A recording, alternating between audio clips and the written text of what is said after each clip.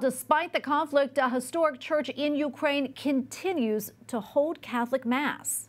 Це правда, ось з такої великої літери. Наша зброя – це молитва, і наша зброя – це те, що ми є на своїй землі. The military chaplain says the faithful are relying on truth and prayer. The church dates back from the 17th century in Lviv. It has survived World War II and the Soviet era. And joining us now from Lviv, Ukraine, is Associated Press international affiliate reporter Philip Crowther. Philip, so good to see you. Can you give us an update on what you're seeing on the ground where you are in Lviv?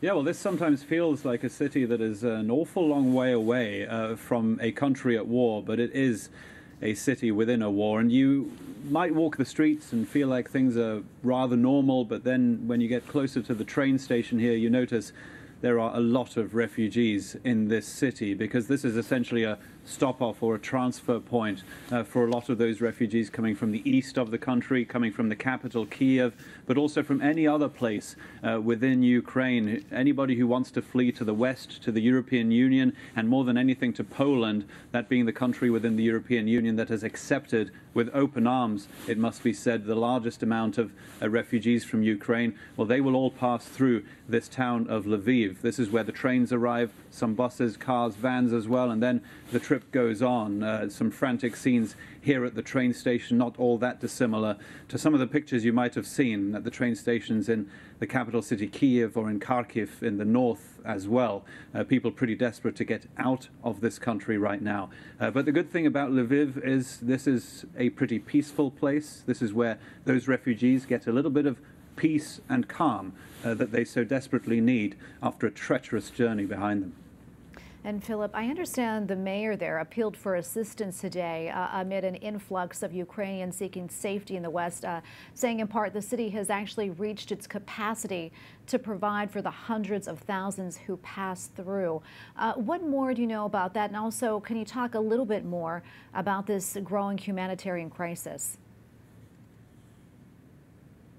Yeah, it is growing seriously. When you look at the UN Refugee Agency saying that 1.7 million people, more than 1.7 million at this point, have already left Ukraine, that's just a really big percentage of this country's population, and they have left in such a short space of time. 12 days of war now, 12 days of the Russian invasion in Ukraine, and already extreme circumstances for all of these refugees wanting so desperately to leave Ukraine. The humanitarian effort is an enormous one. It's a complicated one, especially inside Ukraine, because it's a lot more difficult to get aid into this country than it is, for example, to those refugees who've already made it over the border to Poland. Over there, where we spent 2 days before traveling into Ukraine, we saw a very well-organized humanitarian effort. Anybody who gets over the border after a very long journey, be it by car, bus, or indeed on foot on those last few miles,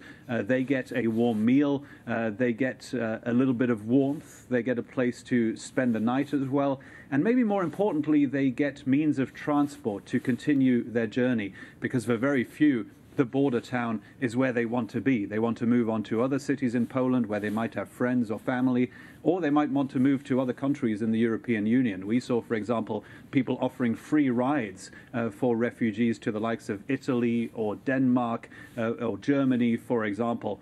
A lot of volunteers out there, and some really edifying scenes, to be honest, after those terrible moments that these refugees will have lived through.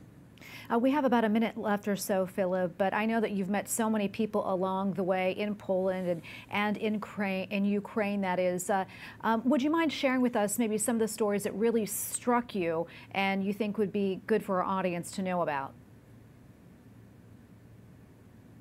Well, look, they're not going to be particularly happy ones, but I'll be happy to tell you. The refugees who arrive in Poland are invariably women, children, and the elderly. The simple reason for this is that Ukraine is not allowing people between the ages of 18 and 60 years of age to leave the country. They're expected to stay and possibly fight for their country. Let me give you this example of a German gentleman who actually took me over the border in his car with his Ukrainian wife. The reason why they were going back to Ukraine, or rather why they were going to Ukraine, was to meet their son first of all, also to meet their son's wife and their daughter. But they were only able to bring the wife and the daughter back into Poland and then on to Germany. They actually went into Ukraine to possibly say goodbye to their son because he had to stay and possibly had to go to war. The father literally telling me before he crossed the border from Poland into Ukraine that he might be seeing his son for the very last time. So many heart-wrenching stories. And Philip, thank you so much for bringing those reports to us. We appreciate it. Please stay safe.